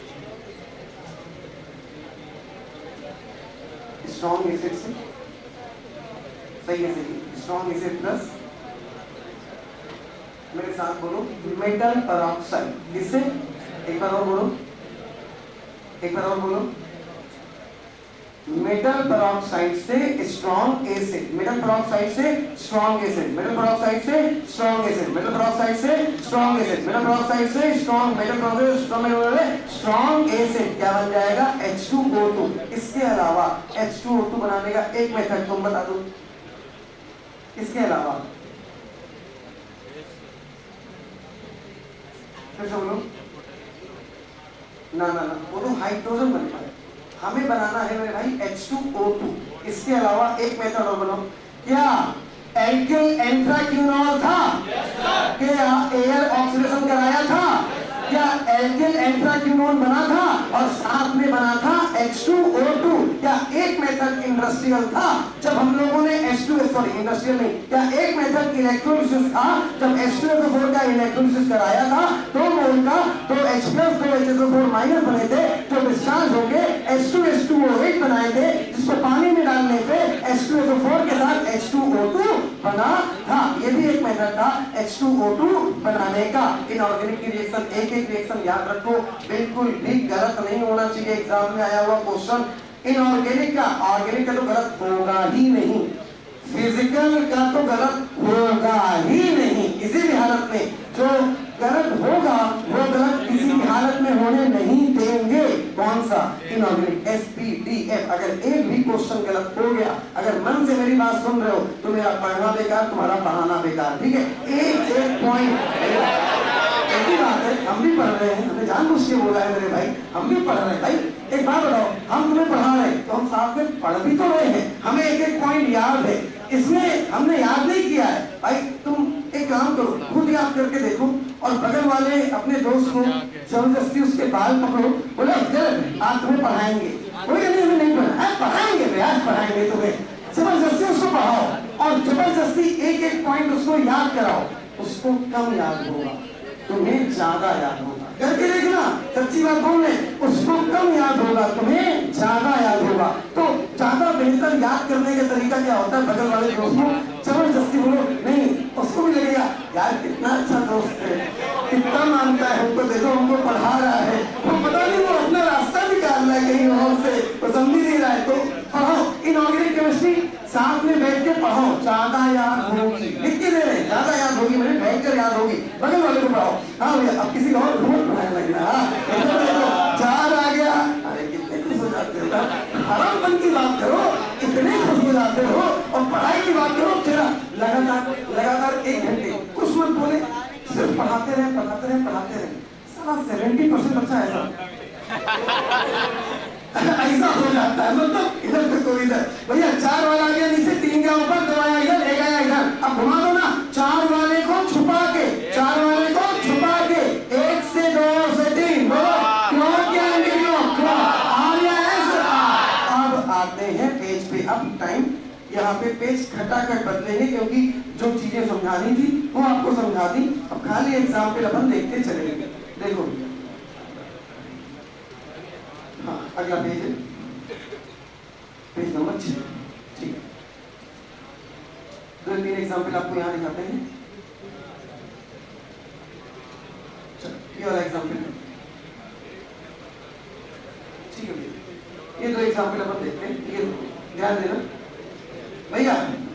फ्लोरीन, क्लोरीन, ब्रोमीन और iodine, atomic weight, atomic number सबसे ज्यादा किसका? आयोडीन नंबर 1, उसके बाद ब्रोमीन नंबर 2, उसके बाद क्लोरीन नंबर 3, उसके बाद फ्लोरीन नंबर 4। बताओ 4 वाला बॉटम पे है या नहीं है? नहीं है, लाना पड़ेगा। हाँ 4 आया, 1 पे 1 गया, 2 पे 2 गया, 4 पे, ऊपर वाले को टेंशन नहीं करेंगे। तो भैया आ गया ना यार, ये आया 4 आया यहाँ, ये गया यहाँ और ये गया यहाँ। तो भैया फ्लोरीन आ गया यहाँ, ये रहा, और आयोडीन आ गया यहाँ, ये रहा, क्लोरीन आ गया यहाँ, ये रहा, ऊपर था ब्रोमीन, बस 4 नीचे आ गया ना, आ गया आंसर। 4 को छुपाओ, 1 से 2 से 3 चल दो, 1 2 3 बोलो, क्लॉक या एंटी क्लॉक? Anti clock. आ गया S, खत्म हो गया। इधर आ जाओ भाई, इस वाले में यहाँ पे F, यहाँ पे F, अभी भी 4 वही है, सेम टाइप का है। अलग एग्जाम्पल लेते हैं, ज्यादा बेहतर रहेगा। तो अगला एग्जाम्पल जहाँ पे 4 वाला अलग जगह पे हो, हाँ ये बेहतर एग्जाम्पल अलग जगह पे, ध्यान देना भैया।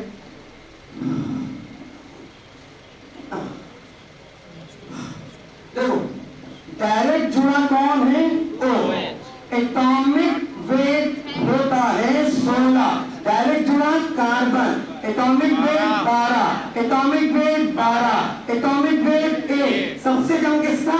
H का, ये नंबर 4, सबसे ज्यादा O का, नंबर 1। डायरेक्ट जुड़ा कार्बन, डायरेक्ट जुड़ा कार्बन, दोनों डायरेक्ट जुड़े सेम हो गए, तो उनसे डायरेक्ट जुड़ा एटम देखा जाएगा। तो C से डायरेक्ट जुड़े 2 ऑक्सीजन और यहाँ C से डायरेक्ट जुड़ा 1 O और 1 H, 16 दूनी 32, 16 1 17, तो ये ज्यादा और ये कम, तो 1 के बाद ये और ये आया 3 और ये था 4। बोलो अभी आंसर सही आएगा या गलत? गलत। 4 को लाना पड़ेगा औकात पे। 4 आया 3 पे, 3 गया 2 पे, 2 आया 4 पे। अब आ गया, हम खाली नंबर लिख रहे हैं। ये 4 आ गया, ये 4 आ गया यहाँ पे, ये 4 आ गया यहाँ पे, ये 3 चला गया यहाँ पे, ये 2 आ गया यहाँ पे, एक तो ऊपर बैठा था।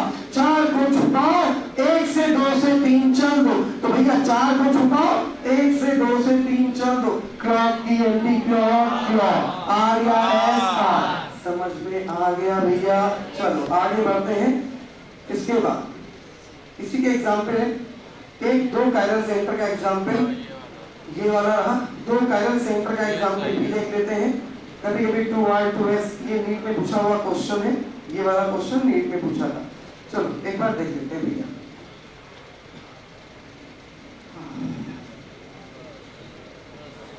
ठीक, एक बताएंगे। अब इसकी आईपीएससी नेमिंग करोगे बेटा, तो आईपीएससी नेमिंग क्या होगी? चाहे ऊपर से करो चाहे नीचे से करो, सेम आएगी। 1 2 2,3 डाइक्लोरोब्यूटेन, नाम क्या आएगा? 2,3 डाइक्लोरोब्यूटेन। तो एक कायरल कार्बन 2 नंबर पे है और एक कायरल कार्बन 3 नंबर पे है। जहां जहां कायरल वहीं वहीं पता कर पाओगे आर और एस। तो भैया एक आर या एस आएगा 2 नंबर कार्बन पे, एक आर और एस आएगा 3 नंबर कार्बन पे। जब ऑप्शन देखते हो ना 2R 3S 2R 2R 2S 2S, तो दोस्तों यार ये 2 आर है क्या? नहीं, 2 नंबर पे आर या 3 नंबर पे आर या 3 नंबर पे एस। 2 नंबर होता है कार्बन का, तो 2 नंबर पे क्या आ रहा है? आर या एस। चलो निकाल के देखते हैं भैया। एक बॉन्ड पे लगा H, एक बॉन्ड पे ये बना, ये बना, ये बना, ये बना, देखना देखना। एक बॉन्ड पे लगा H, ठीक है भैया।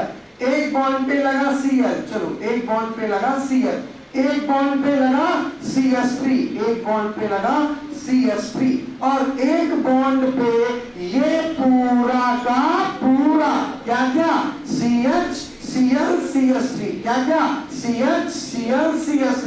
बोलते चलना, डायरेक्ट जुड़ा बोलो, डायरेक्ट जुड़ा C या CH3 कार्बन, डायरेक्ट जुड़ा कार्बन, डायरेक्ट जुड़ा क्लोरीन, डायरेक्ट जुड़ा हाइड्रोजन, डायरेक्ट जुड़ा कार्बन। पूरा नहीं देखना है, डायरेक्ट जुड़ा एकदम भैया। अब बताओ, डायरेक्ट जुड़ा H, डायरेक्ट जुड़ा Cl, डायरेक्ट जुड़ा C, डायरेक्ट जुड़ा C।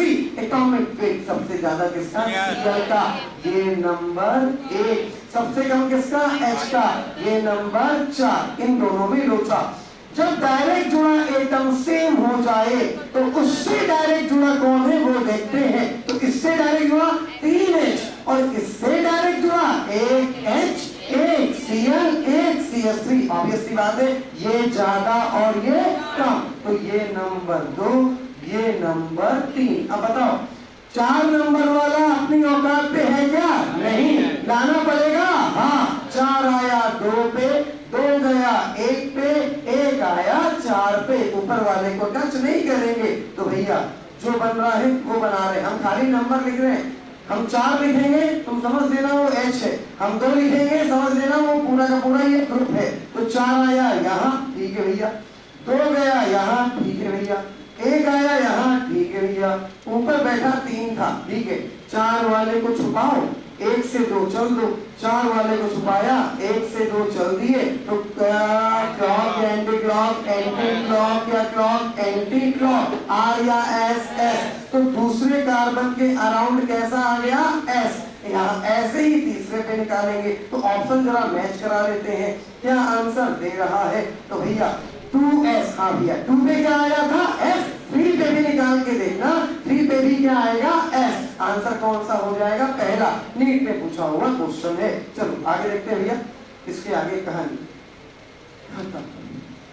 8 नंबर सेम बात है, वही एग्जाम्पल है। हाँ नई बात, हेडिंग देखो, हेडिंग देखो जरा ध्यान से। क्या लिखा? कुछ अजीब बातें, और जहां अजीब वहीं मिलेगा क्वेश्चन। कुछ अजीब बातें, क्या अजीब बातें? चलो देख लेते हैं भैया। 1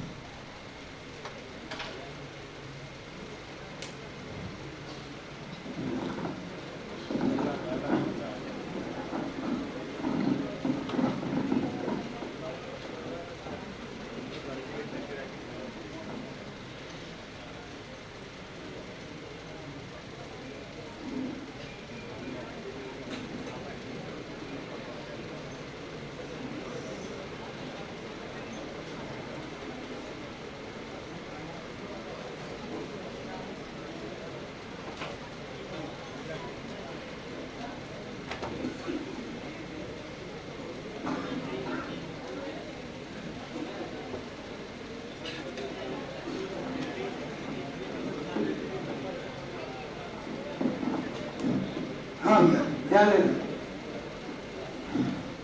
ये W, ये W, ये Z, ये Z। केस है बाइफेनिल।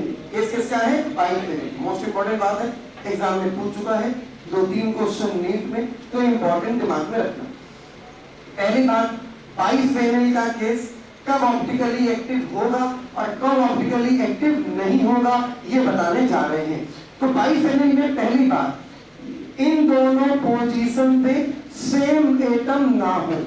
Cl कभी शो नहीं करेगा, Br है कभी शो नहीं करेगा। पहली कंडीशन है W बराबर कभी भी Z नहीं होना चाहिए।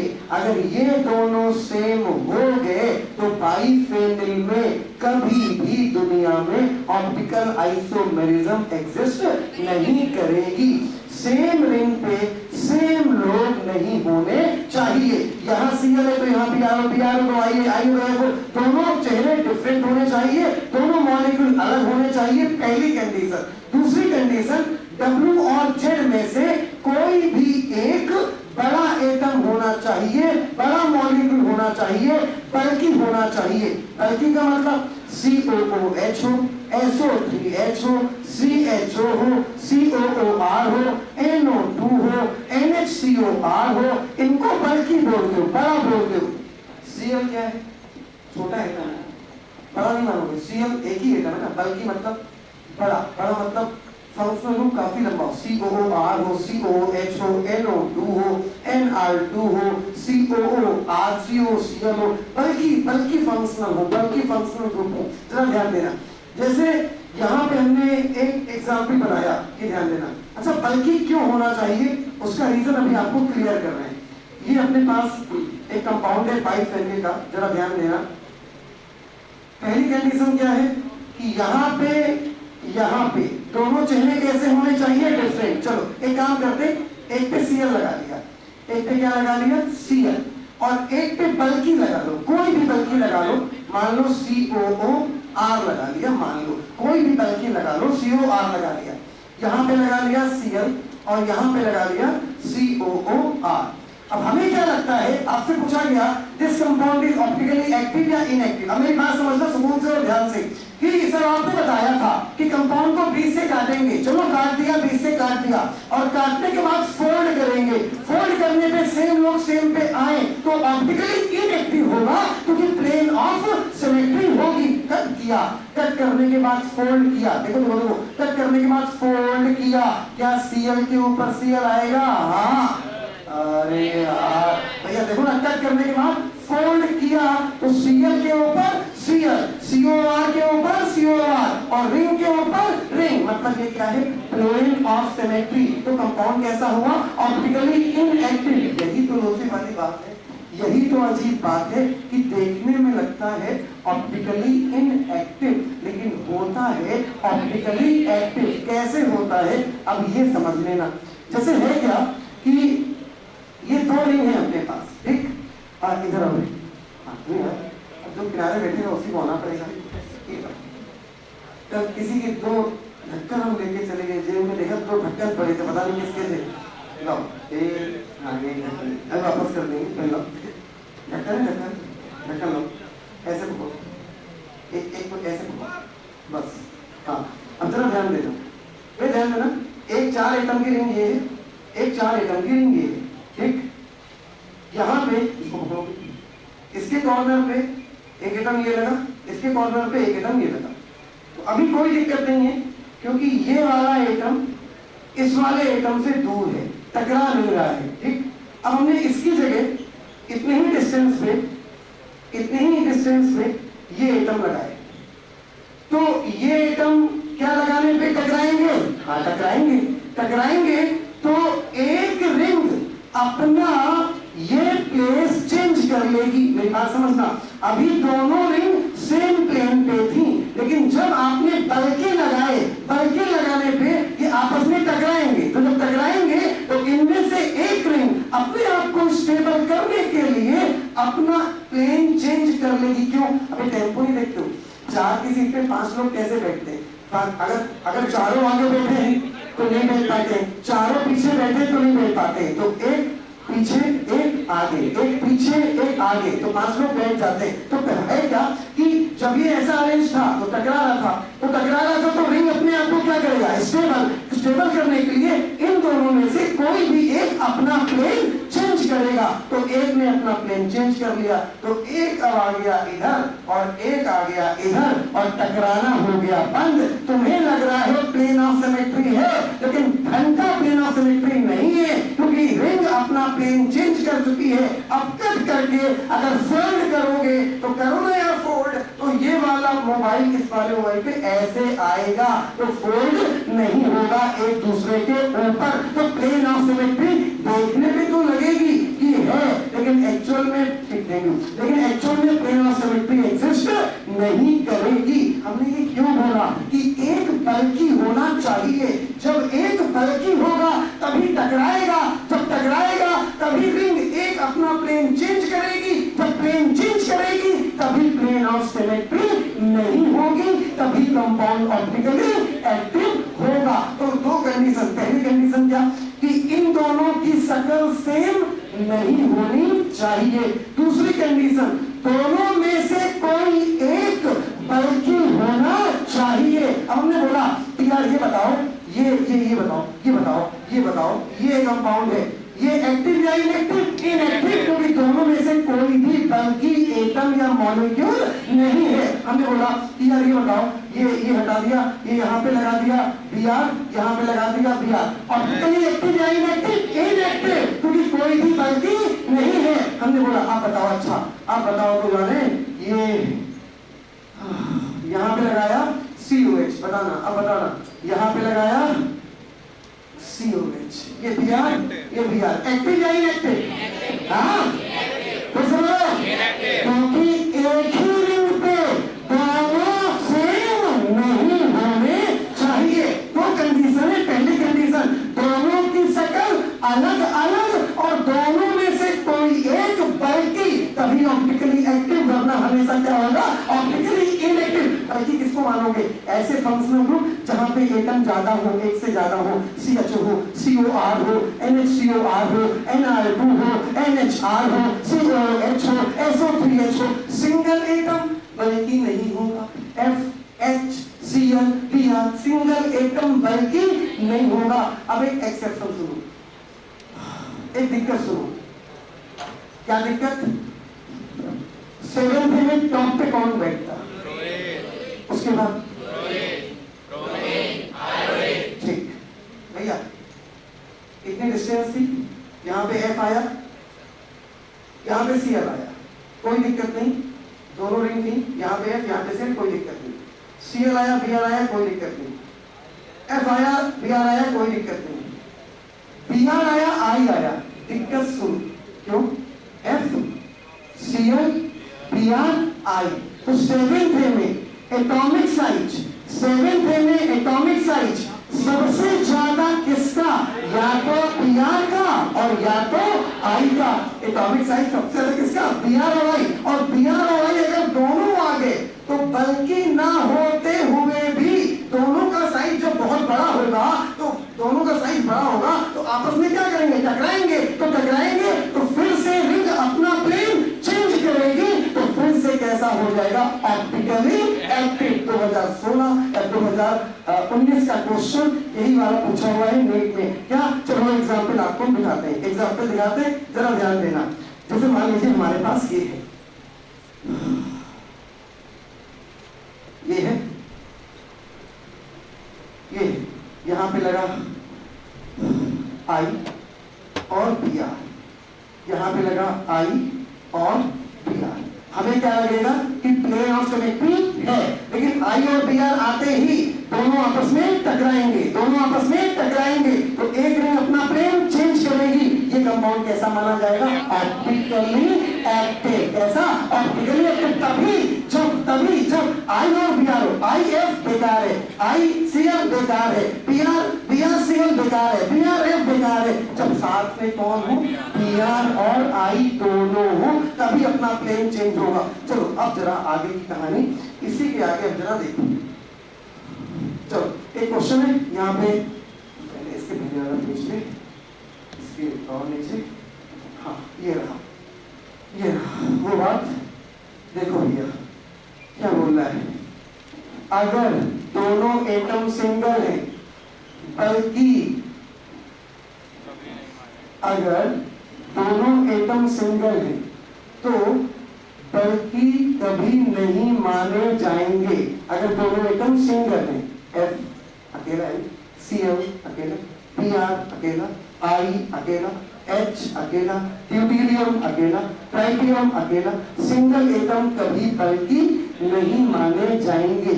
एक केस को छोड़ के जब I और Br साथ में आ जाए। चलो तो विच ऑफ ये लिखा हुआ है I Br वाला केस ये लिखा हुआ है। Which of the following compound having plane of symmetry? किसमें plane of symmetry है? किसमें plane of symmetry है? चलो बोलना, दोनों चेहरे सेम या डिफरेंट?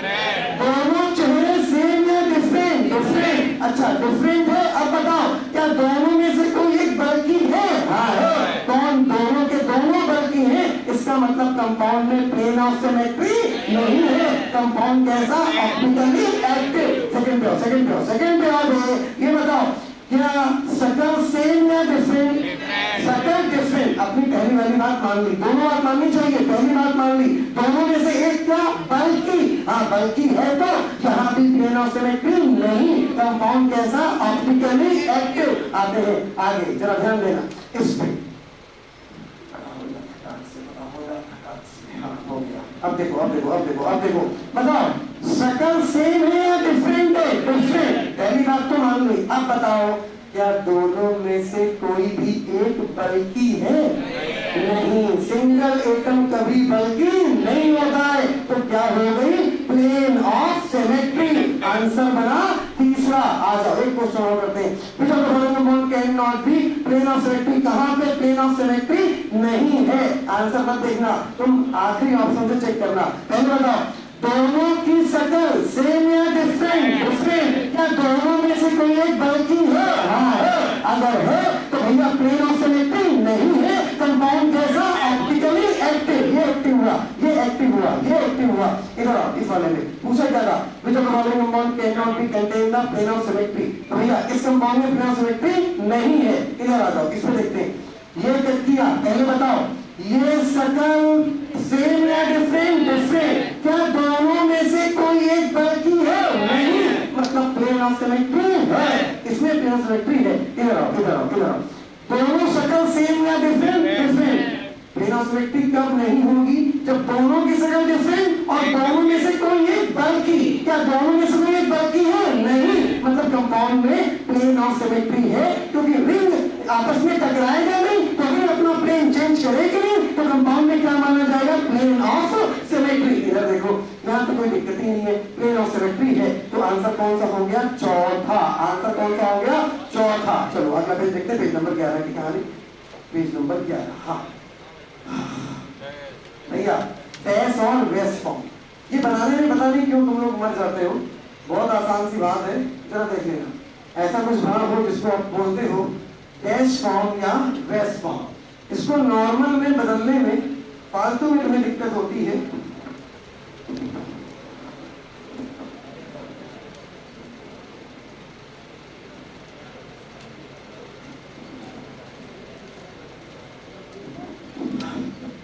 देखो ये बताओ, ये लाइन सिंपल या अजीब? सिंपल। ये लाइन सिंपल, ये एक का मतलब होता है प्लेन के बाहर, एक का मतलब होता है प्लेन के अंदर। जब अभी बताओ ये जो दो अजीब लाइनें हैं ये साथ में है या अलग अलग? साथ में। साथ में का मतलब क्या है वो भी आपको दिखा रहे हैं। जैसे मान लीजिए अभी भी साथ में है, यहाँ भी साथ में है। मान लो ऐसा होता कि इन दोनों के बीच में एक सिंपल लाइन आ जाती तो दोनों क्या हो जाती? अलग अलग। दो केस बनेंगे, या तो दोनों के बीच में एक सिंपल लाइन होगी या तो दोनों साथ साथ होंगे। तो पहला केस क्या है कि अगर दोनों साथ साथ हो, अगर दोनों साथ साथ हो, बीच में सिंपल लाइन ना हो, तो सिंपल लाइन वाला एटम जहां है, सिंपल लाइन वाला एटम समझ लेना, सिंपल लाइन वरना फिशर प्रोजेक्शन से कन्वर्ट करते हो, बहुत लेखन होगी, दिमाग डिस्टर्ब हो जाता है, 4-5 पॉइंट पढ़ते हो। आसान तरीका बता रहे, सुनना। सिंपल लाइन वाला आइटम ऊपर है तो ऊपर रहेगा, सिंपल लाइन वाला आइटम नीचे है तो नीचे रहेगा, इसमें कोई दिक्कत वाली बात नहीं है। सिंपल लाइन वाले आइटम जहां है वहीं रहेंगे, जहां है ऊपर है तो ऊपर, नीचे है तो नीचे। अब तो अजीब लाइनें अगर साथ में है तो दिमाग में एक बात लिख लो, डैश वाला एटम, डैश होता है, एक होता है डार्क, डैश वाला एटम जहां है वहीं रहेगा, उसके अपोजिट में डार्क लाइन वाला एटम सेट हो जाएगा। फिर सुनना, अगर दो अजीब लाइनें साथ में है, अगर दो अजीब लाइनें साथ में है तो डैश वाला एटम जहां है वहीं रहेगा, उसके अपोजिट में सेट हो जाएगा कौन? डार्क वाला एटम। तो भैया डैश वाला कौन है? क्लोरीन। डार्क वाला कौन है? फ्लोरीन। डैश वाला जहां है वहीं रहेगा, बोलो लेफ्ट में या राइट में? लेफ्ट में। जहां है वहीं रहेगा, उसके जस्ट अपोजिट में सेट हो जाएगा डार्क वाला एटम। सेट हो गया डार्क वाला। अब आरएस निकालना है, निकाल लेंगे। आरएस किसमें पूछेगा? तो तुम्हारे दिमाग में जब ये सही होगा तभी तो आरएस बना पाओगे यार, तो ये होगा तो नहीं बना पाओगे, इसको नॉर्मल में जो बदल पाओगे तभी आरएस निकाल पाओगे। अच्छा ये देखो, दो अजीब लाइनें साथ में है, अलग अलग साथ में, ये नीट का क्वेश्चन है। साथ में है तो भैया सिंपल लाइन जहां है वहीं, OH ऊपर H नीचे, OH ऊपर H नीचे। डैश वाला जहां है वहीं रहेगा, कहां है? राइट में, तो CH3 राइट में, उसके अपोजिट में सेट कर देंगे डार्क वाला। खत्म हो गया। आगे देखो, आगे देखो, किसी के आगे दो एग्जाम्पल है। हाँ भैया देखो जरा, ये बताओ दो अजीब लाइनें साथ में हैं? हाँ यार दो अजीब लाइनें साथ में तो हैं। अगर साथ में है तो सिंपल लाइन वाले एकदम जहां वहीं रहेंगे। Simple line BR, simple line I जहां है वहीं रहेगा। डैश वाला जहां है वहीं रहेगा, उसके अपोजिट में सेट होगा डार्क वाला। अभी वही कराएगा दोबारा, वही है, वो नहीं अलग है। हाँ चलो देखो, सिंपल लाइन ऊपर OH, सिंपल लाइन नीचे H, नीचे H।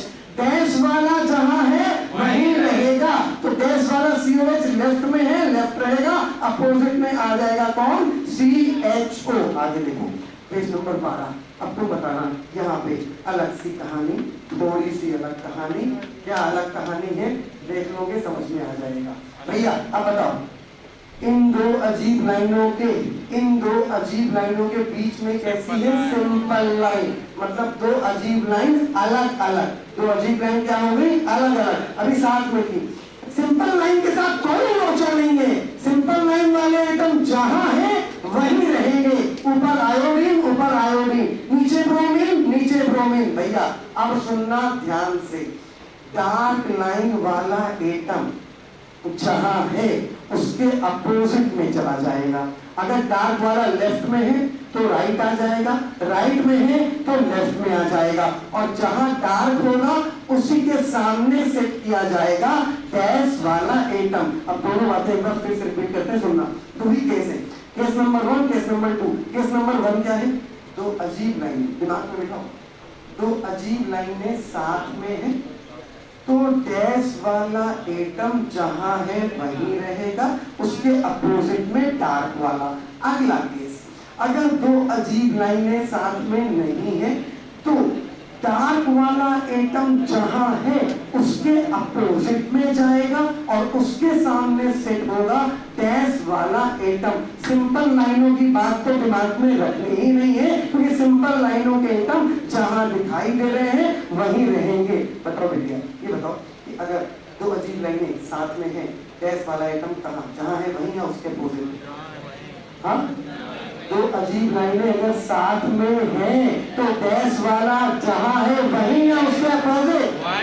हाँ, जहां है वहीं। भांग खा के मत बैठो, गांजा फूंक के मत बैठो, दिमाग ओपन करके बैठो। और अगर ओरिजिनल कहीं से फूंक रहे हो थोड़ा सा हमको भी चेक कराओ।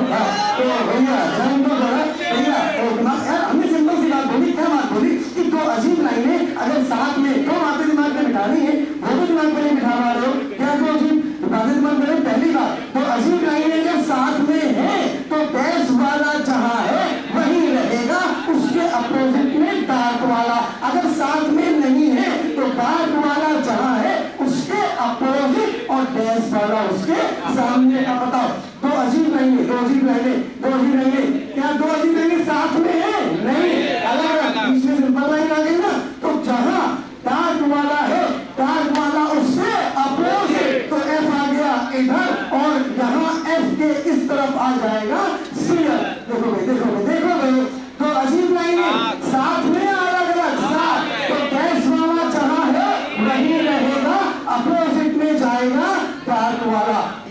हुआ या नहीं, यहाँ बैठा या नहीं। तो अजीब लाइनें साथ साथ है, तो अजीब लाइनें साथ साथ है, साथ साथ है, साथ साथ है। तो गैस वाला जहां है वही रहेगा, उसके अपोजिट में डार्क वाला। साथ साथ नहीं है तो डार्क वाला जहां है उसके अपोजिट चला जाएगा, उसके सामने गैस वाला। उसके बाद कोई दिक्कत नहीं, निकाल लेंगे खटाखट। आर है या ऐसे। चलो दिखाओ, इधर देखो, इधर इधर देखो, इधर देखो, इधर देखो। अच्छा ये एग्जाम्पल हो चुका है, हो चुका है, हो चुका है। तेरा तेरा तेरा वही बात आ गई, वही AW वाली बात।